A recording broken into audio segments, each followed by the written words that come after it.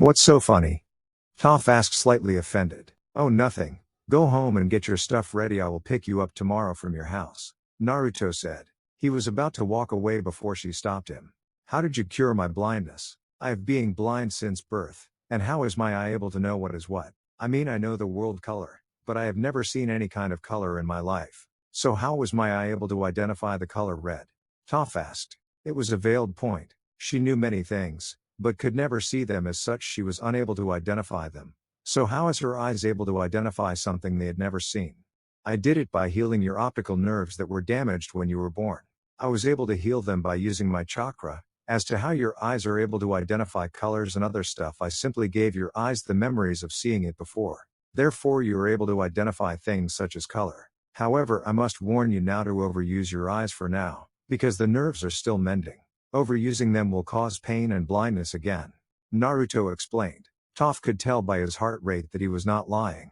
So now can see through your eyes, and by your feet as well. Now that is indeed a deadly combination, Naruto said as he chuckled and walked away. Toph was amazed that her blindness was cured so easily. She also now had the chance to leave home and see the world and find her sister. She would have to hide the fact that she wasn't blind anymore. She would have to act as if she was blind.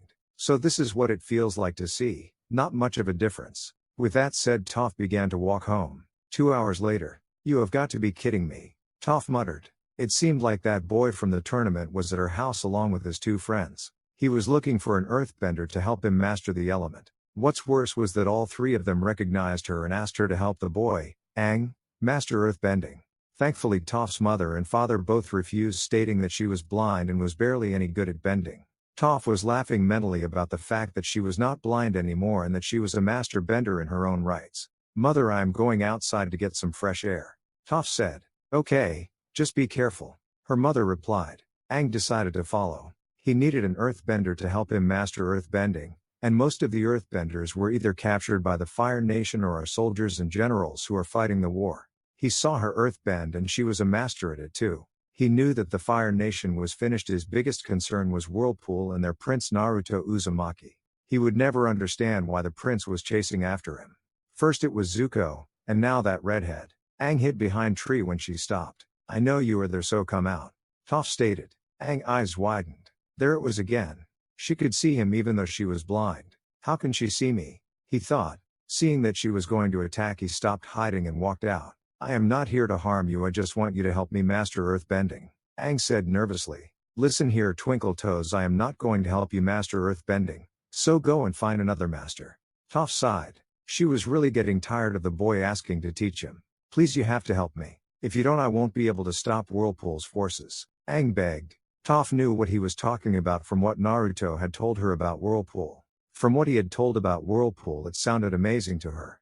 They were far ahead in technology than the rest of the world, and they didn't look down on women, like some people do in other nations. In all honest, Whirlpool sounded like just the place she wanted to go to. Who is this Whirlpool you speak of? Toph asked. She decided to play dumb and see what the thought of it. Aang saw that he might just have an earthbending teacher. So he decided to make Whirlpool look bad as possible so she would teach him. Little did he know that she knew a lot of Whirlpool than he did. The Whirlpool Nation showed up about 2 months ago and declared war on the whole world. They have already taken the South and the North Pole. The Fire Nation stands no chance against them.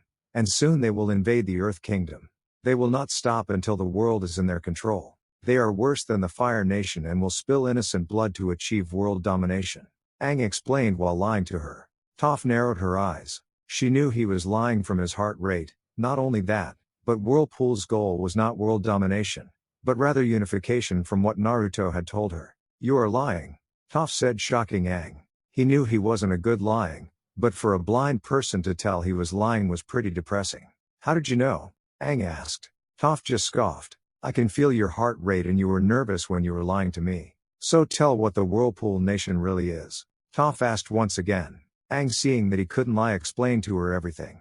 How they were sealed by the Avatar 300 years ago, and how they were unsealed a few months and are now after the Avatar. 300 years ago, so Avatar Kyoshi sealed them, eh? That explains what happened to Kyoshi Island a few days ago, Toph said. Aang raised an eyebrow. What happened at Kyoshi Island? Aang asked, but he had a bad feeling in his gut. A few days ago Kyoshi Island was attacked by an unknown force. They were bombarded for 4 hours straight by unknown ships. All the civilians escaped, but the Kyoshi warriors stayed behind to confront the invading forces. Out of the 100 Kyoshi warriors, only 3 managed to escape. They explained how the enemy struck like lightning, leaving them no chance to regroup and recover. They also watched Avatar Kyoshi's statue was torn down while the enemy cheered. Toph answered. Aang's eyes widened. Kyoshi Island was lost along with most of their warriors, if not all. This was bad. If Kyoshi Island was lost, then the Earth Kingdom was next. Please, you have to teach me. You have heard what happened at Kyoshi, so why are you not helping? Aang begged/asked. Look, from what you have told me, it is the Avatar's fault for sealing such a powerful nation, and by proxy it is your fault. Now they are back and making the world pay for what happened 300 years ago. I will not help you, Avatar. Toph replied with steel in her voice. She knew what Whirlpool wanted, and that was to bring the world under their rule. However, Naruto wanted something different. He didn't want to rule with an iron fist or a dictatorship. He wanted to create a world where there won't be war, poverty, discrimination, and hatred. He wanted to create a world in which people of all religion, race, and ideology could coexist. That was his goal ever since he had started to fight. He had the darker side of war in human nature, and he would not let it happen again. You realize that Earth Kingdom will fall if Whirlpool attacks, right? Aang asked. He was shocked at the girl's response. Good, then let it fall. The Earth Kingdom is ruled by nobility who don't even bat an eye to the poor, which are the masses of their kingdom. Toph replied angrily. Unlike other nobles, Toph had talked to many of the impoverished of her town, and he hated how such good and innocent people were ignored and left to their own devices by their rulers, and all because they were poor. Aang had no reply to that. He had seen the poverty here and could only pity for them. He didn't try to help them, but that was only because he had other things to do, like finding an earthbender to help him master earthbending. He was going to say something, but stopped when Toph sent a boulder at the tree behind him. He was going to ask why she did that, but then saw 2 men from the tournament. Thank God I was able to spot them. Toph, though, it was only through sheer luck did she spot movement by the tree. The first man she spotted was the boulder, and the second was the host of the tournament. The 2 men were stunned by the unexpected attack, and Toph quickly launched them up in the air and smacked them both with 2 pillars made up of earth, sending them flying out of the compound and into some random lake. Soon everyone came rushing out due to all the noise. Well, time to act again. Toph thought with a sigh. She started to act like a blind girl once more. Aang was going to ask her what she was doing, but was hid in his family jewels thanks to a small pillar made of earth. Soon everyone retired to their beds for a good night's sleep. Aang and his friends were allowed to stay in the guest room, but were told to leave the very next day due to Aang, who kept saying how great of an earthbender Toph was.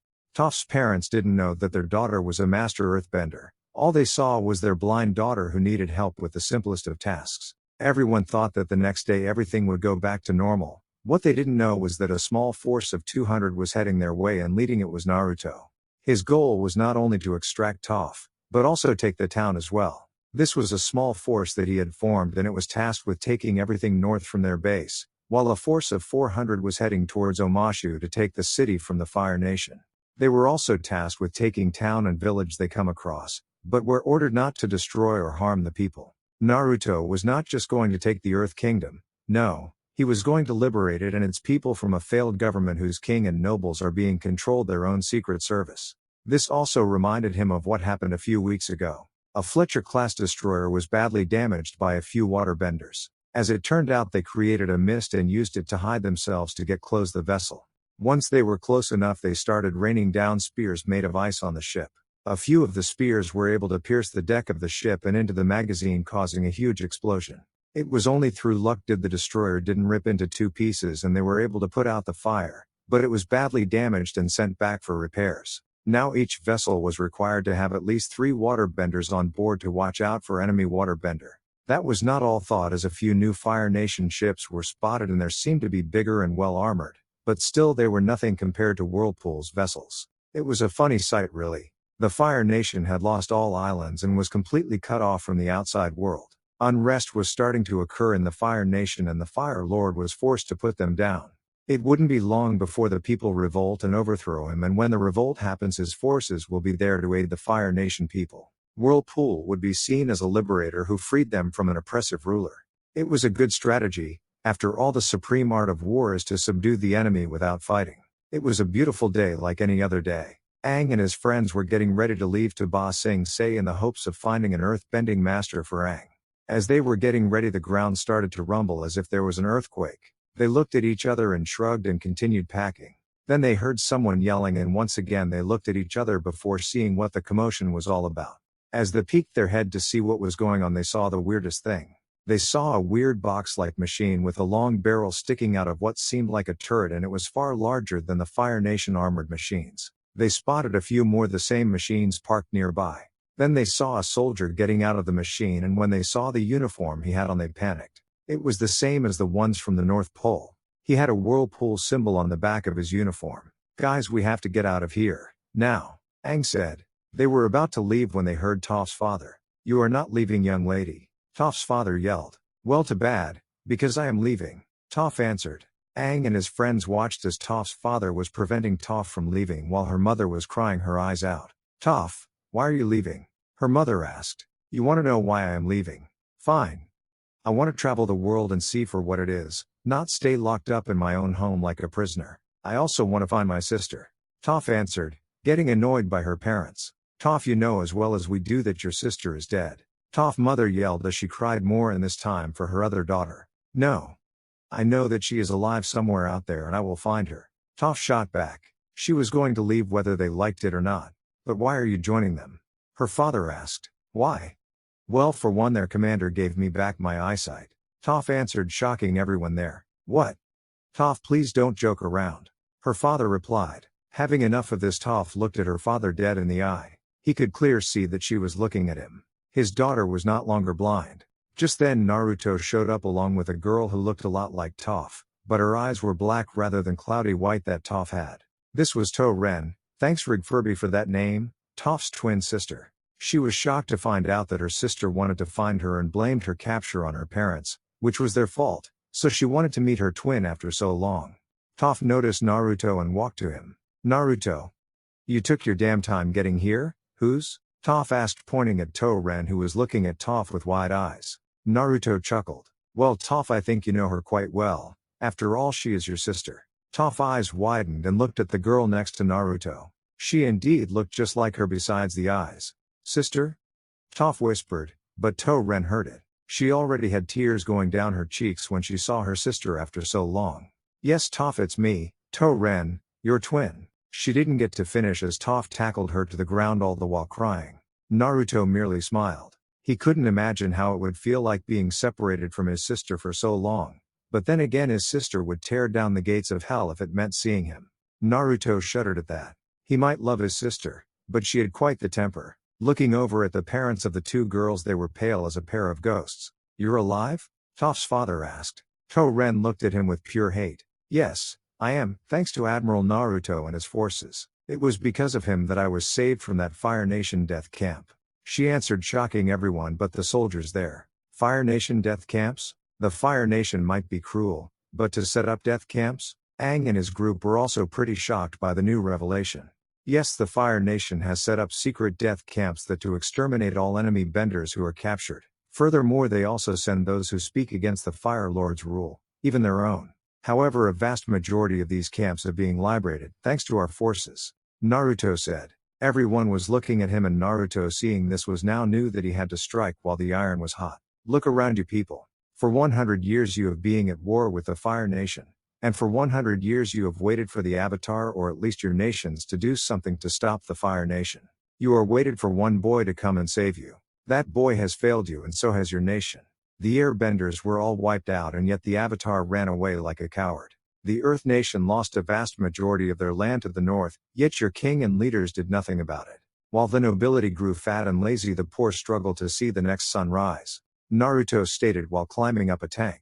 The people listened to him like they were kids in a classroom and he was their teacher. 300 years ago the Avatar sealed my people off from the rest of the world. However, a few months ago a Fire Nation armada broke that seal in the intent to invade us. That fleet never returned to the Fire Nation. Why, you may ask? Well, it is because we destroyed them. The nation of Whirlpool is strong with technology far ahead of this world's time. Our military might far surpass any nation, and with it we shall bring down the Fire Nation. However, your nation is also a target. For you see, we are trying to unite all nations. The South Pole has already joined us along with the North Pole. The Fire Nation will soon fall. This nation will be next. However, we do not fight the weak and the poor, but rather we seek to liberate them from the poverty they have lived in for such a long time. So I urge to join us. I would rather fight the nobility who has ruined your nation.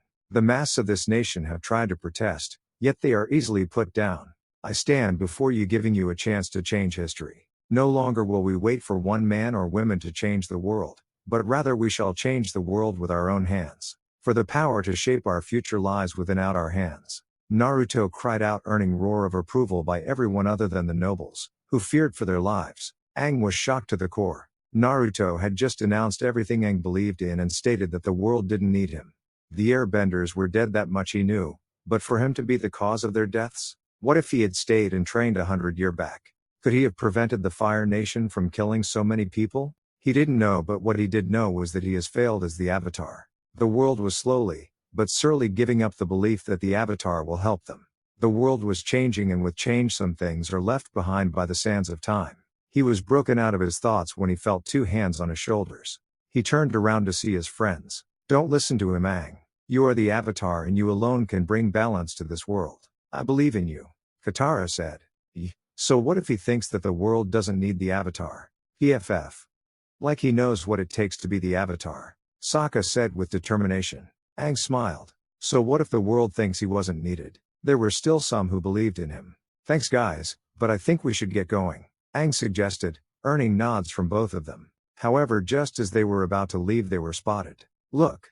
It's the Avatar, a soldier cried out. Soon everyone turned to look at a flying bison. Quick! Man that tiger and shot that bison out of the sky, an officer ordered. Soon one of the many tiger tanks came to life. The gunner had one shot since the bison was barely off the ground and the reload rate would take too long before the bison escaped. Fire! The officer yelled as the gunner fired the he shell towards the bison. Aang luckily saw the shell coming, heading their way, and sent a blast of wind to destroy it. However, when the blast of wind made contact with the shell, it exploded, sent hot shrapnel Appa's right hind leg. Appa cried out in pain, but managed to fly up high enough. The soldiers quickly prepared the anti-air, however Naruto stepped in. Hold your fire, men. Naruto ordered, earning confused looks from everyone. Naruto took a deep breath before speaking. Run away to your little hideout, Avatar.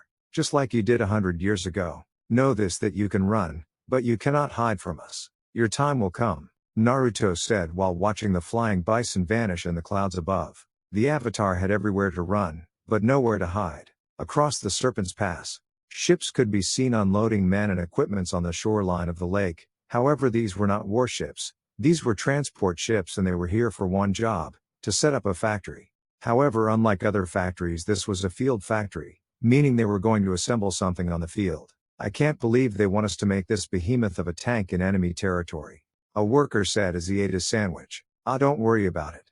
We got the 130th Panzer Lehr Division here to defend us. His friend shot back. The 130th Panzer Lehr Division, wasn't their job to secure the Siwang Desert? Another worker asked. It was their job, and they did a damn good job of taking a vast majority of the desert, but now they are here to defend us. I hear that they are also going to be one of the leading armored units on the attack on Ba Sing Se. A worker answered. Well, that is oblivious, since they are one of the elite armored divisions. His friend said. Their talk was cut short by another work that approached them. What the hell are you all doing? The new parts for the tanks are here. The tanks aren't going to build themselves, the worker stated. Soon all of the workers quickly rushed back to work. You can hardly call these behemoths tanks. I mean, look, the plans. They look more like land battleships. The soldier said, point towards the almost complete tank. I know what you mean, but what I don't understand is that they are calling it the Rat. Like really? It's armed with the same turret that the Bismarck-class battleships. Another work stated while throwing his hands up in the air. The correct name is the Landcruiser P-1000 Rate, so it would be a land cruiser, but enough of that, we still have 3 more to finish. Now get to work. The leader of the workforces stated. The Landcruiser P-1000 Rate was designed for one thing and one thing only: bring down the walls of Ba Sing Se. It has been almost a whole month since Naruto's last encounter with the Avatar, and during that time he'd been moving around quite a lot. The first order of business was how they were going to get the P-1000s through the sand and towards Ba Sing Se. Out of the 4, only one was complete, and they were currently testing it and found that due to the sheer weight of that tank it would start to sink in the sand. Then one of the engineers stated that they build a specialized roadway for the tanks. At first the idea was shot down. It was due to the concrete used to build roads was not strong enough. However, that all changed when a new type of concrete was made a few days ago. It was called ultra-high performance concrete, and it was made by combining cement, silice fume, quartz flour, fine silica sand, high-range water reducer, water, and steel. This new type of concrete could hold up to an impressive 29,000 pounds per inch too, and flexural strengths up to 7,000 pounds per inch too. However, the machinery to build such a long road would first need to be built itself. Naruto fixed the problem by ordering his water and earthbenders to build that road with the materials. A very labor-intensive task. However, before they could even begin, they needed to learn how to properly mix the materials and then earthbend it all into place. It would be slow build. The next order of business were the small groups of waterbenders, who now had earthbenders helping them, attacking their ships in the north. As of yet they didn't lose any ships, however a few were damaged during these raids. Mito had ordered reconnaissance to be done on the small islands and other locations in the north. Once they had obtained the locations of the raiders, Mito ordered aerial bombardments to completely level the enemy camps. Mito could be ruthless at some times and very forgiving the next, just like their mother. Speaking of their mother, Naruto was currently with her talking down an order hallway within the Uzumaki Palace. He was recalled back by his mother for some reason that he did not know. However, he did a single mistake, and that was to bring Toph along. Apparently she wanted to see Naruto's home herself, and he himself wanted his benders to see their new home. However, when they got there, Kushina was already waiting for her son, and when she spotted Toph, she had teased Naruto nonstop. "Naruto, what I am about to show you must be kept secret. Only the Uzumaki and other people in the military know of the secret I am about to tell you," Kushina said with a serious face. Naruto mirrored the same serious face before nodding. Kushina nodded before opening a door. Naruto's eyes widened all of a sudden. The room was massive and had rows of bookshelves. Kushina asked Naruto to follow her. Soon they walked to a place which seemed like the center of the massive library. There was a very large round table, with what seemed like a map, but the thing was that it was a map Naruto had never seen before. Seeing Naruto's confusion, Kushina spoke up. "Naruto, have you ever wondered how our people are so advanced compared to the rest of the world, or how we have strange names for our military weapons and our technology in general?" Kushina asked. Naruto thought about it for a second before nodding. He did question why they had strange names. "Well, Naruto, the behind that is simple. Those weapons exited in the past," Kushina answered, making Naruto's jaw open and eyes widened. "You see, Naruto, the map you see before you is one of the few maps of the old world. This world was lost, and so was its knowledge about it many years ago. The world today looks very different in terms of geography. However, what we do know is that there is now record of history of that world after the year 1962. It is like after 1962 nothing ever happened.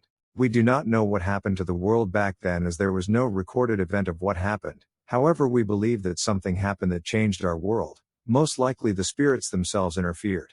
She continued. Naruto was utterly at a loss for words. There was a world before the Avatar in them? However, 400 years ago, when our people had first made small towns and villages in the South Pole, they discovered many lost cities and structures. Within them we found knowledge of the old world, and we learned from it. That is how we invented the gunpowder. It was the history within these books that allowed us to learn and expand our knowledge base.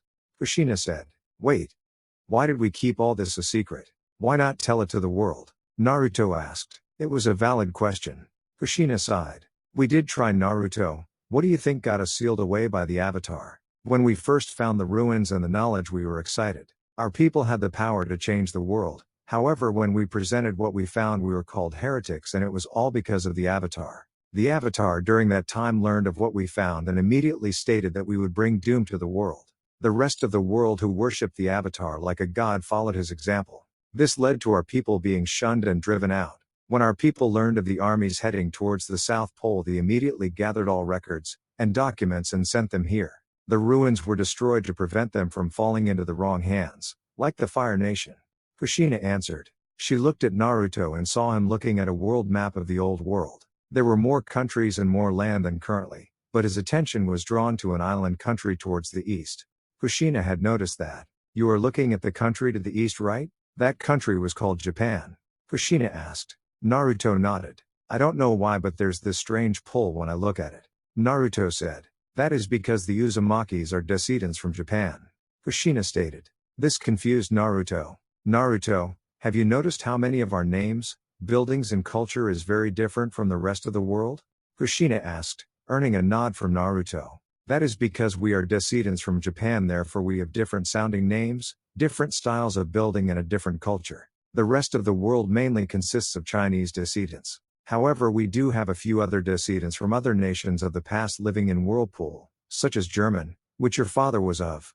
Kushina stated with a sad smile. Naruto knew that her mother really loved his father. It was because of that love that she refused to remarry to anyone. Anyways, I believe one of the factors that we were shunned 300 years ago was because of our ancestors. The Chinese and Japanese never got along well, so you could say that the hate still exists even if they do not know of the past, they still hate. I for one believe that the spirits are to blame for setting humanity back. Kushina stated. Naruto was reading over different historical accounts and was amazed. The old world was far more advanced and was changing rapidly. Governments were becoming democracies, except for the communist-influenced ones. Technology was far more advanced, and they even had a thing called the United Nations or UN. It was shocking to know that humanity had fought more violent wars than those of today, but even so they still strived for peace. Naruto was taking in everything. The world right now was broken, set back to the feudal ages again. All the progress man had made was wiped clean, but by whom? Spirits were likely ones who did such a thing, but why? He didn't know, but he was going to find out. A few hours later, are you going to show all this to Mito? Naruto asked his mother. When she is your age I will, since ever Uzumaki knows supposed to know all this. Kushina answered. Soon they started to walk out. Naruto was going to stay for a few weeks. He wanted the benders to explore the city outside the palace. So how goes the war? Kushina asked her son. It's going well for now. We have established local governments in the North and South Poles, and surprisingly the people of both poles are happy rather than upset. But then again we have replaced their old government, which was centered around a monarchy. The government we have introduced allows everyone to have a chance at anything. Just like a democracy. The Fire Nation is starting to heat up. No puns intended. Reports of activate protest are coming. The Fire Lord has put down many of these protests, but that only escalates the problem for him. We have sent agents to encourage rebellion, and so far they are making progress. Akira's block has sunken up to 200 ships belonging to the Fire Nation and the Earth Kingdom. I have dispatched the 7th Panzer Division to head into the Siwang Desert to find the so-called library, which is said to hold many great secrets. Naruto chuckled. Kushina raised an eyebrow and asked why he was chuckling. Oh, it's because I feel stupid now. The 7th Panzer Division, a division complete remade on the basis of the first one, only difference is that it's now commanded by Erwin Rommel. Unfortunately, he was a good commander. Naruto answered. Naruto had looked up the last great war of the old world and Rommel caught his eye. The man was a genius when it came to desert warfare and an excellent tank commander. He was a humane and a professional officer who refused to carry out war crimes such as killing civilians or killing captured enemies. A shame that he was forced to commit suicide on the orders of his insane leader. You should really look up Rommel, one of my favorite commanders of World War II. Kushina nodded. She had read of on the Second Great War, which was by far the bloodiest and horrendous war to date. Anyways, Mito is taking care of those waterbender hideouts. The city of Omashu has also been taken by our forces. It was surprisingly controlled by the Fire Nation, but they were easy to beat. However, the king of the city, Bumi, escaped. According to the men, he is very skilled at earth bending, but is a little crazy. Naruto said with a sweet drop. He remembered reading the reports of Bumi and his escape. Never had his men ever been so humiliated by flying pies. Moving on, our P-1000s are done, but the road for them has yet to be. However, a few weeks back we had reports of the Fire Nation attacking Ba Sing Se with a huge drill. Naruto stated. Really, who the hell uses an oversized drill bring down the wall? They could have sneaked in troops and have destroyed the gates from the inside. Then again, seeing a huge drill bring down your wall must be frightening. Kushina laughed at that. She asked if the Fire Nation succeeded. No, their drill was destroyed by the Avatar and his friends. However, I have a feeling that the organizer has a backup plan. Well, the attack on the city only us since their forces are trying to dismantle the drill, and we can use that to our advantage. Naruto said as they entered a map room. They walked to a table with Ba Sing Se map.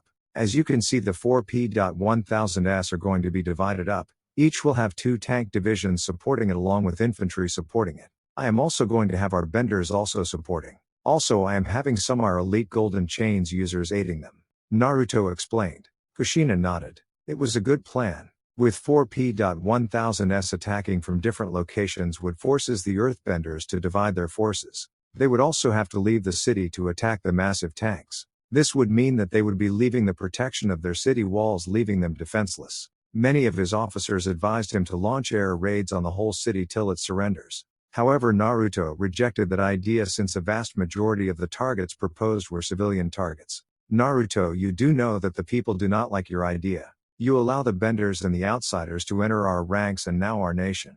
You must surely know that our people are highly xenophobia. Kushina said. I know that, and to be honest, that is foolish. I know that I am going against the norm, but if the people here at home saw what the world outside was like, then they would forego their foolish fear of them.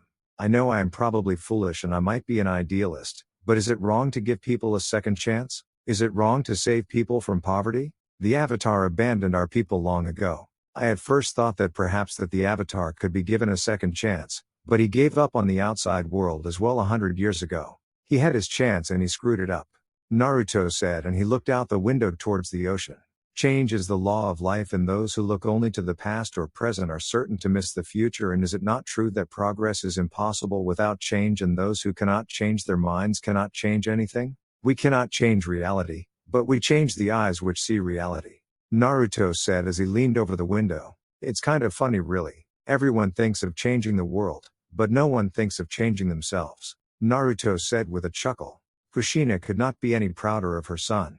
He was different. He went against the norm. He chose to forgive the world. He chose to save the people from the outside world. She was broken out of her thoughts when Naruto dropped a book on the table. She looked at it and knew that it was his journal. She looked at him with a raised eyebrow.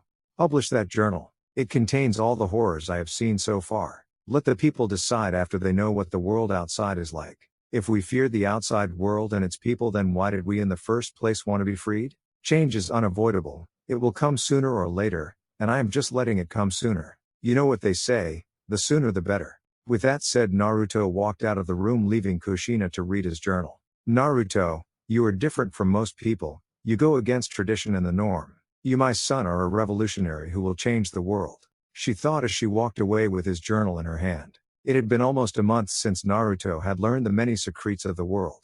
Ever since then he had spent most of his time in the room learning about the old world and its mysteries. He knew that he himself was of German descent, like his father, but what he didn't understand was why his sister and father have Japanese names. Even if he and his sister are Japanese from their mother's side, why not a German name? The answer was quite simple, really. He theorized that in order to better integrate into society, the people of many different cultures started to change their habits over time. This would also mean naming their children in Japanese, as it would have been the dominant culture at the time. This would also mean that in the outside world many other cultures had mixed themselves with the Chinese. This would explain how the world outside used the same language. This would also mean the Chinese culture had managed to survive, albeit on a larger scale. The Japanese culture did survive, but only on the Whirlpool Islands. They had also found many artifacts and historical sites on these islands. He believed that the Whirlpool Islands were once part of Japan. However, that was not what he wanted to know. What he wanted to know was what happened during the massive gap in history. As of now, he did not know what year it was, as were no records that people left behind. What he did found, however, was a very old file that was in very bad condition. It had burn marks on it, suggesting that someone had tried to burn it. Executive Order 0. Naruto said. It was a strange file. However, the date on the file was 1960, meaning the file was writing 2 years before everything went dark. In the files it was stated how the use of weapons of mass destruction was authorized, even on the home soil. Yet he still didn't know what these weapons of mass destruction were. He knew what mass destruction meant, but what kind of weapon could cause such destruction? However, he found another file, and this one was in a very different language. The file was titled : At first he had no clue what it meant. However, he was saved by a translated copy of it he found. The name translated to Operation Endgame. This was the Soviet version of Executive Order 0. However, he found it strange that both files were made in the same year and the same month and the same date. He did not know what this meant. The first thing would be that both the US and the Soviet Union were working together, but that would be impossible as both sides were locked in a Cold War. But could they have worked with each other when facing a global crisis? However, right now he had to focus on one thing and one thing only: the siege of Ba Sing Se. He was currently heading back towards the base camp set up near the city. He had gotten reports of earthbenders harassing his workers. He had ordered an artillery brigade to begin hammering the city's outwall. He didn't want to attack the city itself as it would cause massive damage leading to loss of massive civilian lives. However, he had revised an interesting new weapon from the eggheads back home. A guided missile. I hope this works. He mumbled. If what this guided missile did what it was meant to do, then he could prevent loss of civilian lives by guiding the rocket to its target. He would need to lower the amount of explosives within the rockets itself. However, something strange is being going around with Toph. He didn't know why, but her face would suddenly get red when he talked to her. He asked his sister, but all he got was a dark look from her. His mother just laughed at her son. He didn't know why she laughed at his question. He even asked Toph's sister, who just gave him a blank look before walking off. It was so frustrating. Even Akira laughed when he asked the question. I don't understand. Why does everyone either laugh at me or give me a wired look when I ask that question? Naruto mumbled. He hated it when no one answered his question. He was broken out of his thoughts when the ship docked. Getting off his chair, he disembarked from the ship, all the while his men saluted at him. Get me the commanding officer of this base at once, Naruto ordered, and soon the commanding officer was standing in front of him. Corporal Sadao Nobuo, reporting, sir, the name said as he saluted. Naruto nodded. At ease, Corporal. I want you to get a team to start unloading the cargo on those ships, he said, point at the 4 cargo ships that had docked. The corporal quickly ordered the men to get to it. Now then, Corporal, what is the status of our build? Naruto asked. Well, the enemy has stopped attacking our workers thanks to our artillery smashing away at their wall, but the wall is too thick for our artillery to breach it. I think that only naval guns can breach the wall. The road should be done in about a week's time. However, sir, why are we not building 4 roads? Aren't we going to attack from 4 different sides? He asked. That is because the ground near the wall is solid ground. The P.1000s won't sink and we only need them to fire from long range, Naruto answered. The corporal nodded before walking back to the command building. Naruto also walked into the command building before going back to his office. It was after 2 hours he had read the strangest report ever. This is odd. The other side of the world is nothing but endless sea? Something's wrong here. They encountered nothing. Just sea until they reached the Earth Kingdom, Naruto thought. About a month ago a small expeditionary force was tasked to circle the globe. They went west from the Fire Nation and sailed all the way until they reached the Earth Kingdom. A simple task. However, they encountered nothing but sea, and what was more strange for Naruto was that the world had less land than the old world. Sure, some of it might be underwater, but for the other side of the world to be nothing more, the water was just not right. Could there be another part of this world sealed away? If so, then he will have to unseal it. He did not know how old this world was or how much time had passed since 1962 till now. Maybe his answer lies in the unseen world. It was because of that he was going to the other side of the world himself with his fleet and the Kido Butai. Again he laughed to himself. The Kido Butai was in fact the first Japanese air fleet. It existed in the past. We just recreated what we could, Naruto thought. While it was true that most of the weapons were recreations of the first ones from the old world, they still modified them heavily. The best example would be the Kido Butai itself. The original carries had wooden decks and little armor. This offered little to no protection against bombers. All carries within the Whirlpool Navy had armored flight decks, and the carriers of Kido Butai were larger than the original. This allowed them to add more anti-air guns and carry more planes. Sir, we have some news, an officer stated. Naruto looked up from this desk. What is it? Naruto asked. Sir, it will take us at least 2 months to complete the road due to the enemy sabotaging the way, the officer replied.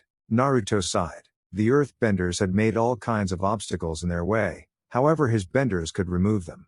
Naruto dismissed the officer and quickly went to the communication room. If it was going to take 2 months to get the road done, then he might as well see what lies on the other side of the world. He would set sail from here to meet up with the carrier fleet and from there head west. Soon he was on board and heading to meet up with carrier fleet. Naruto turned around to see Toph standing there with a massive blush. Naruto raised an eyebrow. Was she sick? What is it?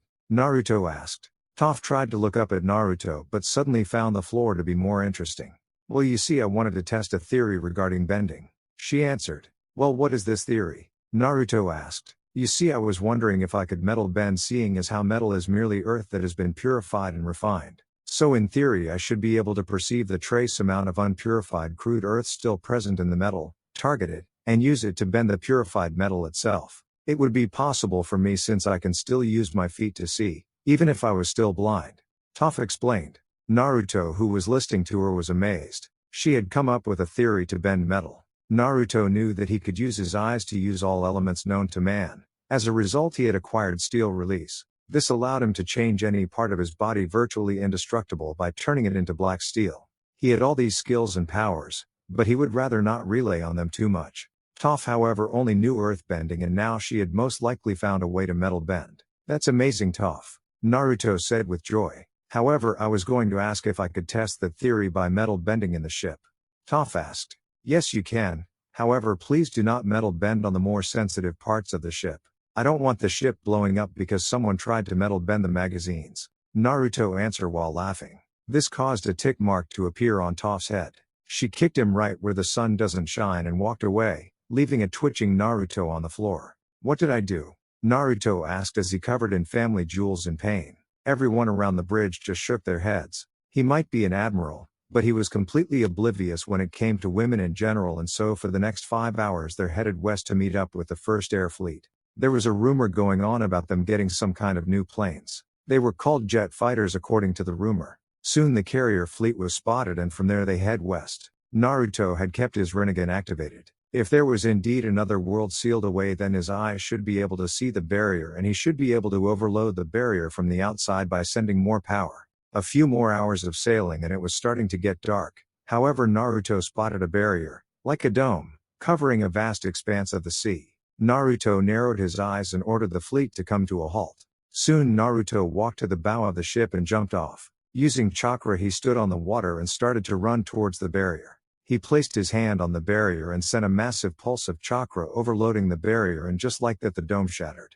However, Naruto's eyes can also see very, very, very far due to the Rinnegan, and he was not ready to see a giant island floating in the sky escorted by a flying ship. What was more surprising was that the flying island was under attack and he could see the flak from the anti-air guns. He didn't know what to make of it. He didn't know who the enemy was or the friend, but from what he could tell, the escorting ship was defending the island. So as soon as he got back, he was about to order the fighters to scramble. However, he stopped himself and thought about this. Order the new fighter jets to take off and have them identify the enemy. After the enemy is identified, they are free to engage. Naruto ordered, and soon the newest addition, the Whirlpool's Air Force, took off with a roar. These were the jet fighters, the fastest war machines that now ruled the sky. The Whirlpool fighter was designated as JF-1, the first generation of Whirlpool fighters, and they were armed to the teeth. With twin jet engines in the rear along with swept wings, and armed with 4 30mm Mk108 cannons packed in its nose, and with 6 12.57mm M3 Browning machine guns, 3 on each wing. This was the deadliest fighter ever produced by Whirlpool so far. To Naruto, however, the fighter looked like a cross between the American Sabre and the German Me-262, the perfect cross between power and handling. This was the first time they would be flown in combat. All in all, 20 were launched. The jets got close to the battlefield and circled around it from a high altitude. They were trying to identify their enemies. The first group of planes consisted of monoplanes. They were very similar to their own Bf-109s. It was surprising to know that someone still flew those obsolete relics. The Whirlpool Air Force had long since replaced the Bf-109 series. The A-6M, or better known as the Zero fighter, had replaced the Bf-109 since the Bf-109 series were not compatible with carriers, meaning they did not have the right build to land on a carry safely. They tried to modify them, but they would lose firepower and speed. With the Zero, however, they lose none of that, and in fact most of the Zero series had up to 4 20mm cannons, along with 2 machine guns. Engines were improved for greater speed and the planes were more armored. However, Whirlpool Islands had their very own defense air garrisons, and almost all of them used the Focke-Wulf FW-190, a far superior plane to the Bf-109.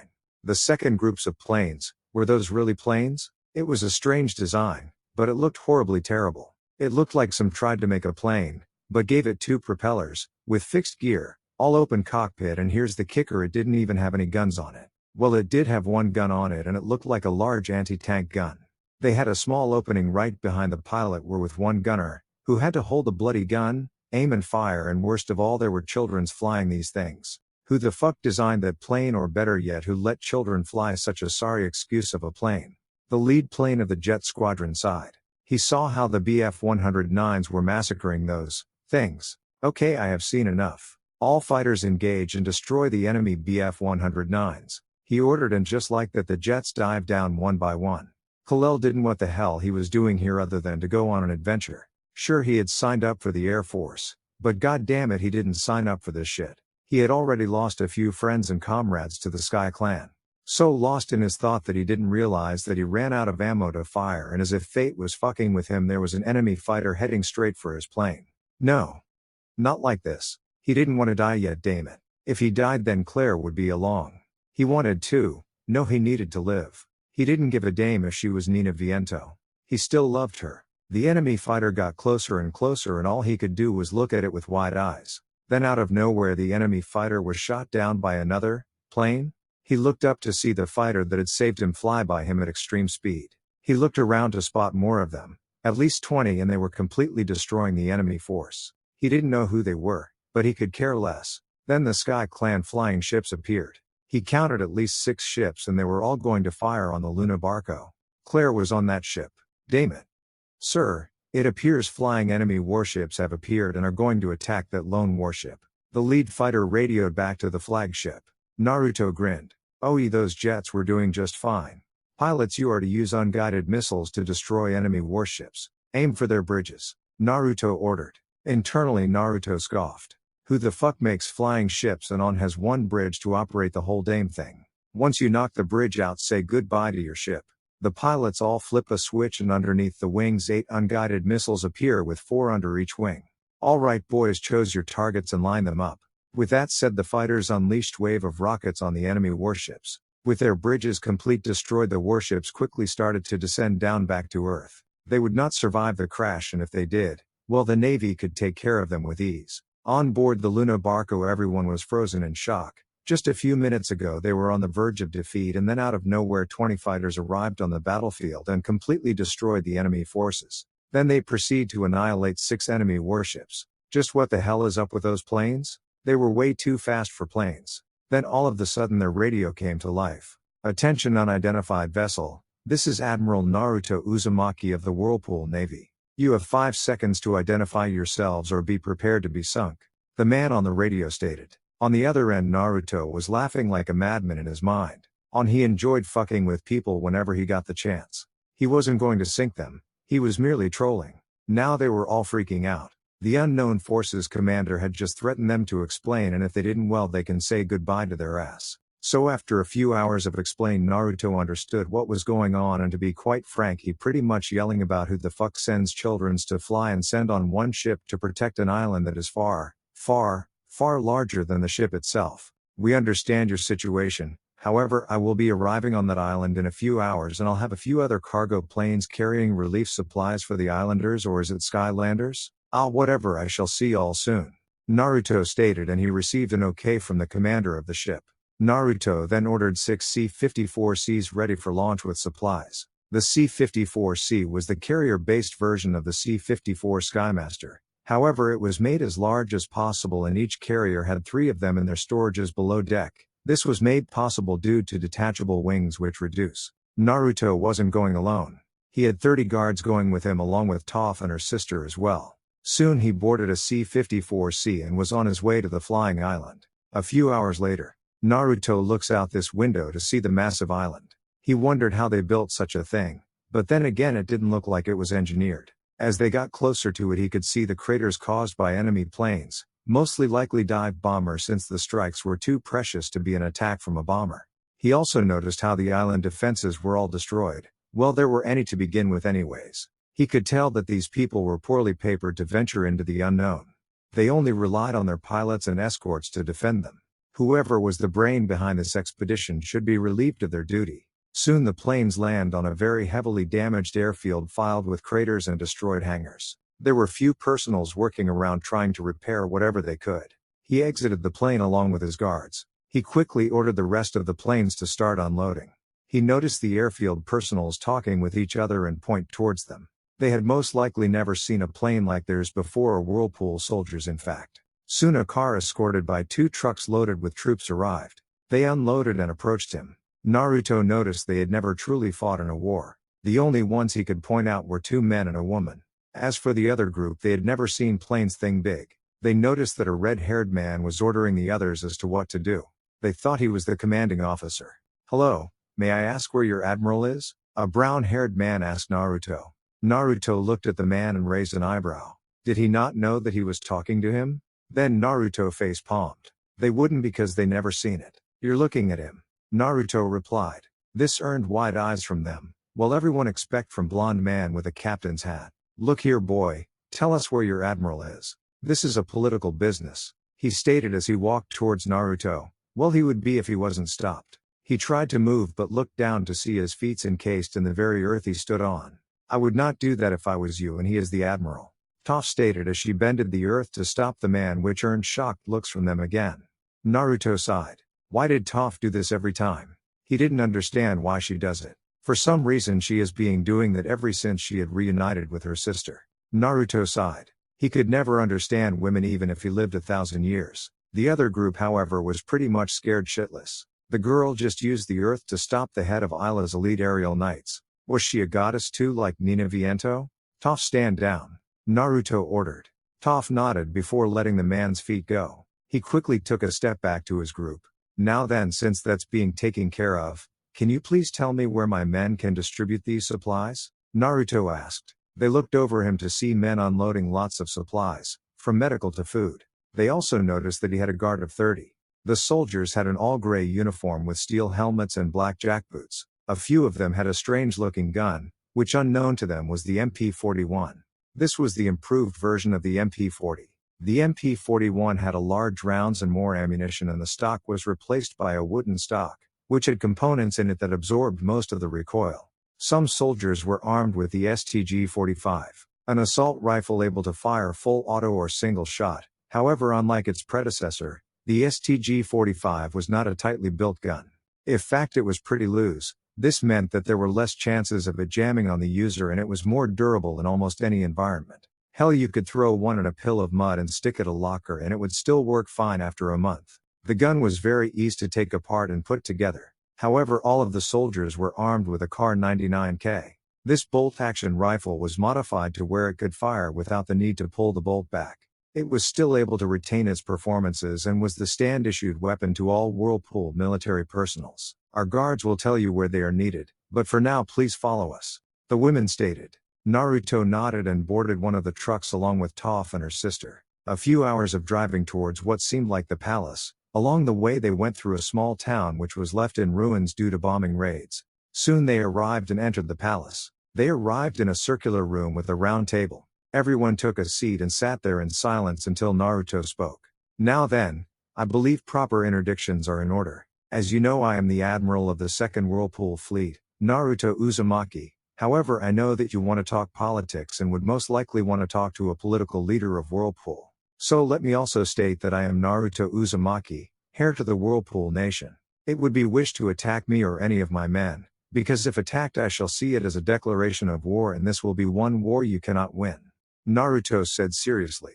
He really didn't want to get in a war right now, as it would stretch Whirlpool's forces too far out. Now they were shocked. The boy wasn't just an admiral, but was bloody royalty as well. They would have to be careful around him and his forces. They would have to be, since the boy had just threatened them with war should harm befall on him or his troops. They all nodded. They could barely fight off the Sky Clan, and from what they have seen, this Whirlpool Nation is far superior than the Sky Clan. They were about to talk when one of Naruto's officer walked in. Sir, Anther Flying Island is being spotted a few miles away from our fleet. They had launched an attack on our fleet but were repelled. No casualties so far. Orders, sir? The officer asked. Order the carriers to launch dive bombers and fighter escort. Have the jet fighters also launched. Also have the remaining C-54Cs prepared to launch with Uzu Black Ops. Their mission is to paradrop on that island and kill the enemy forces. Avoid any civilian casualties, Naruto ordered. The officer saluted and walked out to the radio man to relay the orders. Uzu Black Ops were the best of the best. They were trained to wield the golden chains and in standard military training. If you wanted to destroy an enemy fortress, look no further. A team of 10 Uzu Black Ops is worth 1,000 men. Naruto had ordered 50 of them to take the enemy island, and come hell or high water they will take it. Everyone was once again in shock.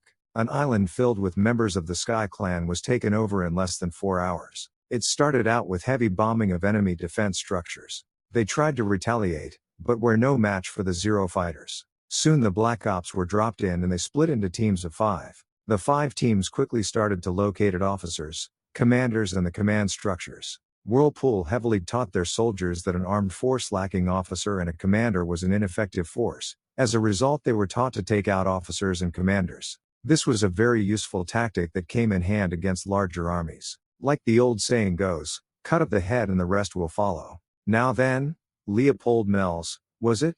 Naruto asked the commander of the battleship Luna Barcos. The commander nodded. As much as he hated, he did not want to piss of the boy, lest he feel the wrath of his forces. Your battleship has taken damage and it looks like it will fall out of the sky any time. So why don't you land the ship in the ocean and sail it back to your homeland? If you are worried about protection, then don't worry, my fleet will assist in that, Naruto stated. The man thought about it for a second. The ship was damaged and losing power to stay afloat, in the sky that is. He nodded and went to order the ship to land. Wait, what about that island? Asked Emilia Cervantes, the foreign affairs advisor of Isla, and she for one did not like the idea of a greater military force having a flying island, and more so if the military force was part of a nation that was ruled by a king or queen. Let it be known that she for one did not like kings and queens. In fact, most of the Balsteros Empire did not like the idea of a single ruler that dictated what goes or not. The island will be under Whirlpool control as it was my forces that captured it, Naruto stated as he started out the window. Wait, we can't go back. We need to know what lies beyond, Luis de Alarcon, the navigation officer, stated. He for one didn't want to go back after coming this far. Naruto turned to him and looked at him. Then he pulled out a book and threw it at him. The man raised an eyebrow. That book is a copy of my diary I've written over the course of a whole year by now. Everything stated in the book is true. What lies beyond is a world which has been at a constant of war for 100 years. My nation was merely released from our injustice captivity. Now we wage war to unite the world under one banner and to bring peace, Naruto answered. Now that he knew that there were in fact nations that could oppose the Whirlpool forces and have technology to back it up, he did not want to get in a war with this unknown nation yet. The island was badly damaged and there were most likely civilian casualties. They people needed help and he would give them that. The towns on the island were all bombed, so living in them would be pointless. These people needed temporary housing, food and medical treatment. He would escort them back to their mainland and then return back home. After all, he did have a war to win. Can you lead me to an open field? Naruto asked them. They raised their eyebrow, but shrugged their shoulders. So they led him to an open field that was big enough for 2 towns to be built in. Along the way, a crowd of people began to follow them. They had never seen these strange people before and they knew that they were the ones who saved them. Naruto looked around and nodded. This was the perfect place to test out one of his techniques. He went through 3 hand sings very quickly and slammed his hands on the ground. Wood release, serial pillar houses, Naruto yelled out, and right before their eyes several houses made of wood started to build themselves. This left many of them in shock. The young man had just used wood to make a whole town in just a few seconds. He did appear to be exhausted, thought. He then turned to Toph and To Ren. Can you two make a trench that runs through the middle of the town and connect it to that lake? Naruto asked while pointing towards a lake. The 2 sisters nodded and split the ground open and did so until it reached the lake. The trench itself was not that deep, nor was it that wide. It was the best way to ensure that fresh water was available to the makeshift town. This will be your makeshift since most of your towns have been bombed by the so-called Sky Clan. You will all be given medical treatment and supplies from me men who will arrive here soon. Now if you'll excuse me, I have to return. This will be your makeshift since most of your towns have been bombed by the so-called Sky Clan. You will all be given medical treatment and supplies from me men who will arrive here soon. Now if you'll excuse me, I have to return to my fleet, Naruto stated before he and his troops left. A few hours later, Leopold Melz had seen much during his life. He had witnessed the fall of an empire and he himself had spearheaded that fall. Then he was sent on this island and told to defend it with only 1 warship, but then again the new nation could not spare any more warships to spare as vast majorities of them were lost during the Civil War. The empire never really had much of a fleet. Some 57 warships were commissioned during the empire's rule, only 14 of these ships remained after the war. However, had never seen what Whirlpool had to field, and from what he could gather, this was only one of their 4 fleets and it was massive. The fleet consisted of carriers, which were stationed in the middle of the fleet. They were protected by destroyers, then cruisers, and finally battleships. Oh, those battleships were massive and with the largest guns he had ever seen. He could not believe that a nation was able to fund such a massive navy, but here was the proof. This might be good or bad, since there is a nation that has the ability to go to war with us and win.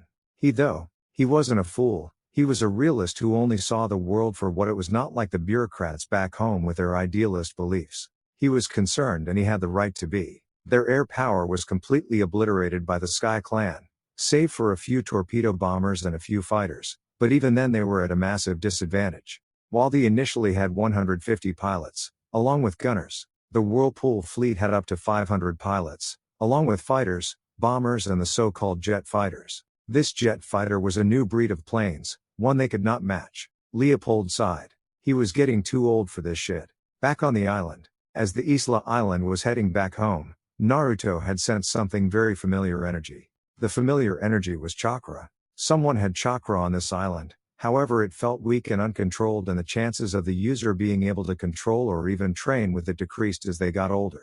He closed his eyes and slowly opened them and saw the chakra leakage in the air, and with it he was off to finding out whoever was the chakra user. Once he arrived to what looked like a military building, mostly likely barracks, he spotted a group of 4 teenagers. One was a redhead and he would have confused her for his sister, but the girl had a light color of red instead of fiery red that all Uzumakis had. Then there was a boy with fair skin and silver hair, but his face showed no emotions except for a scowl. Then there was a boy with blonde hair standing next to a girl dark hair and light blue eyes.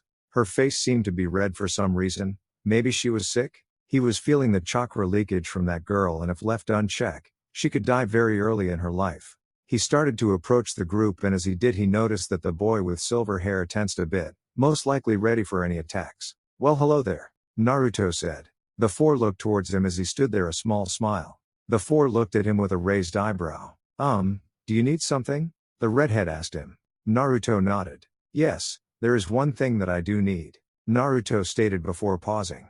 Then he looked at the other girl and pointed at her. "I am in fact here to talk about her," Naruto stated. This caused them all to tense up, and the silver-haired boy got ready to attack. "Calm down, I am not here to cause any harm or do anything stupid. What I do need to take the energy inside her out of her. If you don't allow me to do it, then she will die in about like 4 to 6 years. I don't know when, but she will die very soon, since the energy inside of her is not being controlled properly. This resulted in allowing the energy to grow uncontrolled at a rapid pace. She might not feel the effects yet, but she will within 2 years. Her body is not strong enough for the energy," Naruto stated, earning shocked looks from the group of 4. The silver-haired boy though was not gone to take any chances. "And how do you know that?" he asked. Naruto sighed. "Because I myself have the very same energy inside of me, and it was in fact my ancestor was the one who unlocked the energy inside of me. Her having it could mean that you and I share the same ancestor, however her branch of the family is far too mixed in with other people. She also gained the ability to use chakra, the energy within me, and she however is unable to fully control it. This would also make us cousins. That is all speculation," Naruto explained. Everyone was surprised, but Claire was the most surprised. She was an orphan, was she? "I really don't know, since I'm going off the anime. Correct me if I am wrong." She had always wondered if she had a family, but ruled out that possibility long ago. She looked down to the ground and looked back up at him. "Can you confirm that we are related?" she asked. Naruto thought about it, but then realized that he could create a piece of paper that allowed him to test the blood of 2 people and tell many things about the blood, including if they are related. "Yes, I can," Naruto stated, and they closed his eyes. They all wondered what he was doing before he reopened them. His eyes had changed color to a purple. He went through some hand signs and slammed his hands together, and right before their eyes a piece of paper started to form. Soon it was complete. He pulled out a knife and made a small cut on his hand and allowed the blood to fall on the paper. The paper soon started to form words. Soon there was information on his blood writing right on the paper. He looked at Claire. "I will need your blood as well," Naruto said. Without any hesitation she grabbed the knife from his hand and almost slashed it across her palm. She let the blood drop onto the paper. She held her breath as she watched the blood fall onto the paper. Could she really have any kind of family left in this world? She didn't know, but she hoped that she did. She was an orphan and never knew any family, and people would stay away from her due to her powers. She watched as words started to form on the paper. She waited until all the words were written out. The words started to form, but for Claire they were forming very slow. She was holding her hands together as if hoping that she had some family left. She waited for about a minute, but it was the slowest minute in her life. Soon the words had formed and her eyes widened. Naruto smiled. Well, how about that? Looks you are my cousin from your mother's side from what it looks like, Naruto stated. He looked over to Claire to see tears leaking out of her eyes, but she was smiling. Everyone there was also surprised by the turn of events. Naruto dismissed the paper and stood up.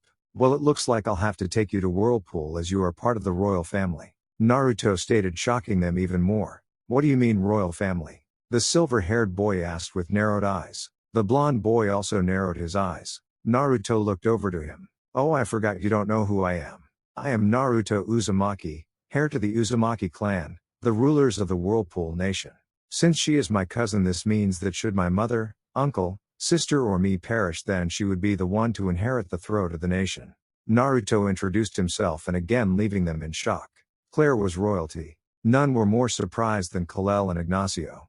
Both of them were royalty as well, even if it was ousted, but Claire's family was not and they were rulers. Wait, what do you mean take her with you? The blonde boy asked. She is royalty and part of my family. Why should I leave a member of my family in different land we have no contact with? She could be used as a hostage against us or could be harmed. I will not leave a member of my family in constant threat, Naruto stated. They could understand that, but Kalel was not happy about this. If you're going to take her, then you're gonna have to take me as well, Kalel stated. Naruto looked over at the boy and sighed. No, only she can come. She is royalty and thus she will most likely live in the palace. However, you are not, as such you cannot live in the palace. In fact, you cannot live anywhere within Whirlpool Nation due to the fact that you are not citizens of Whirlpool. She, however, is by default because of her lineage, Naruto stated.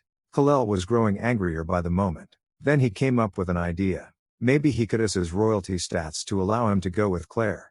He hoped that the redhead didn't know much about their homeland. Well, you're gon' have to, since I am Carl La, heir to the Ballesteros Empire. As such I am royalty as well. Therefore I ask you to allow me to come, he stated, revealing his true name. He hoped this worked. Naruto looked at him before laughing. Very funny, since the Ballesteros Empire's royal family was removed during the Wind Revolution. Yes, I know everything about that, and I even know that Claire was a key figure in the downfall of the family, Naruto stated. Now Kalel was scared. He had given away who he truly was, but his gamble didn't work. Ignacio tried to salvage the problem. You do realize that Claire is a very popular figure with the people and the government of Ballesteros, and if she is taken away without the consent of the people and government, then you would be facing a war, Ignacio said. He knew war, and though that Naruto would back down once the threat of war given. Instead, Naruto chuckled. I assure you that should Ballesteros want to go to war, then I welcome them by all means. The Whirlpool military consisting 4 fleets and a very well-armed fighting force. We also have benders within our forces that are ready to fight any day.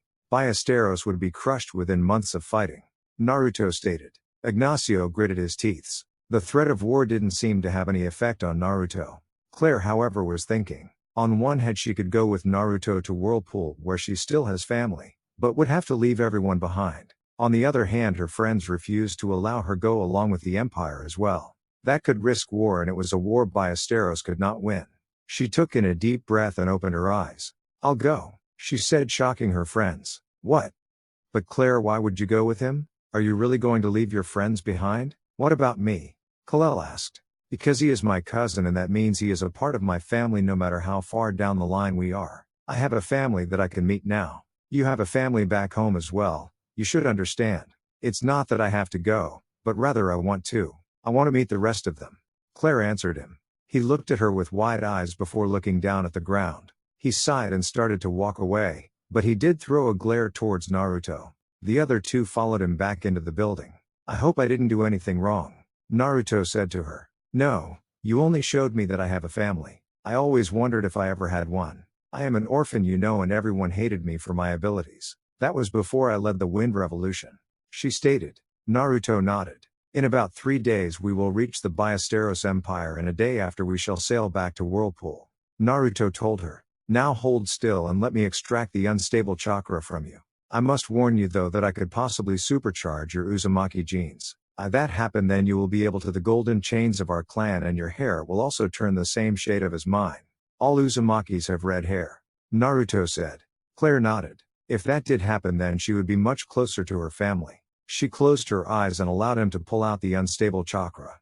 Putting his hand on her forehead, Naruto closed his eyes and searched for the chakra within her. He found a white orb, and within that orb was a small storm. He thought that this was her affinity. Wind.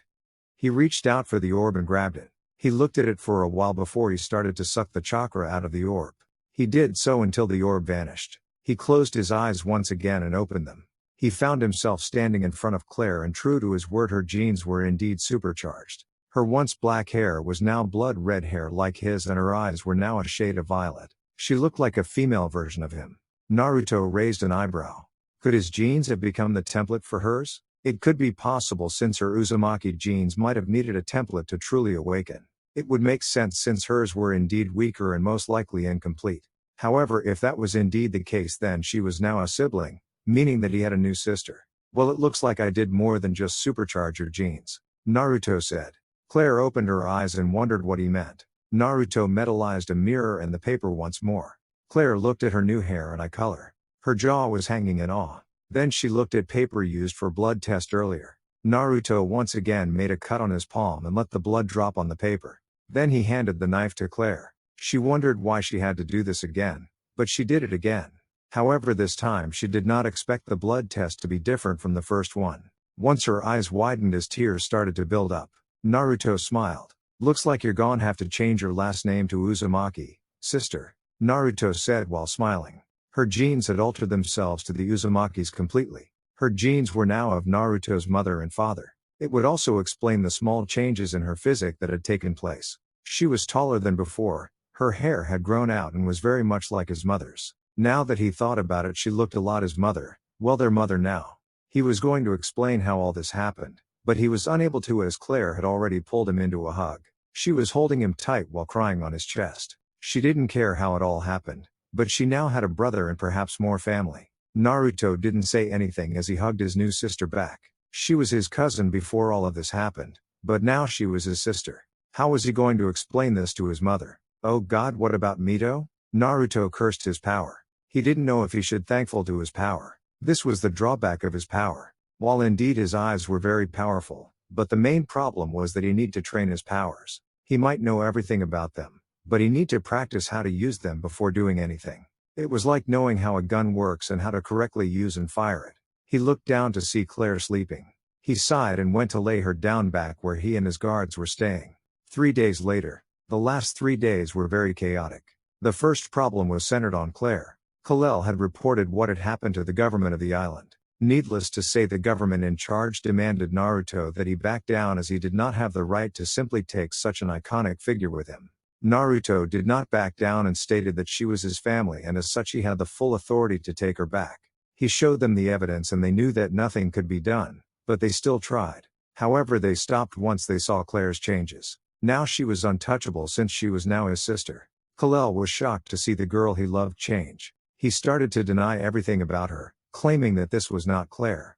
Claire, however, stated that she in fact was Claire, and just because her appearance had changed didn't mean her personality was changed. She still loved Kalel, and one of her reasons to go with Naruto was because to protect not only Ballesteros, but also her friends. However, Kalel tore her heart apart by stating that he was a fool to love her. He stated how he was a fool to forgive her for his parents' death. This caused Claire to break down. She had expected him to understand, but he didn't, even after she tried to explain. It was then that Kalel slapped her in order to make her shut up.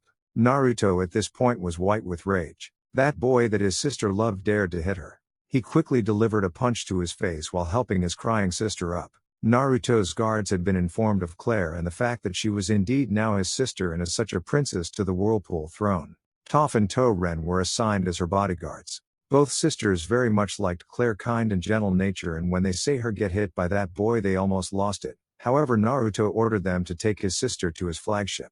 Naruto then chewed out the boy and stated that if he cared more for her looks then he was not worthy for her. Kalel stated how it was his entire fault. If he never appeared then she would have never left him.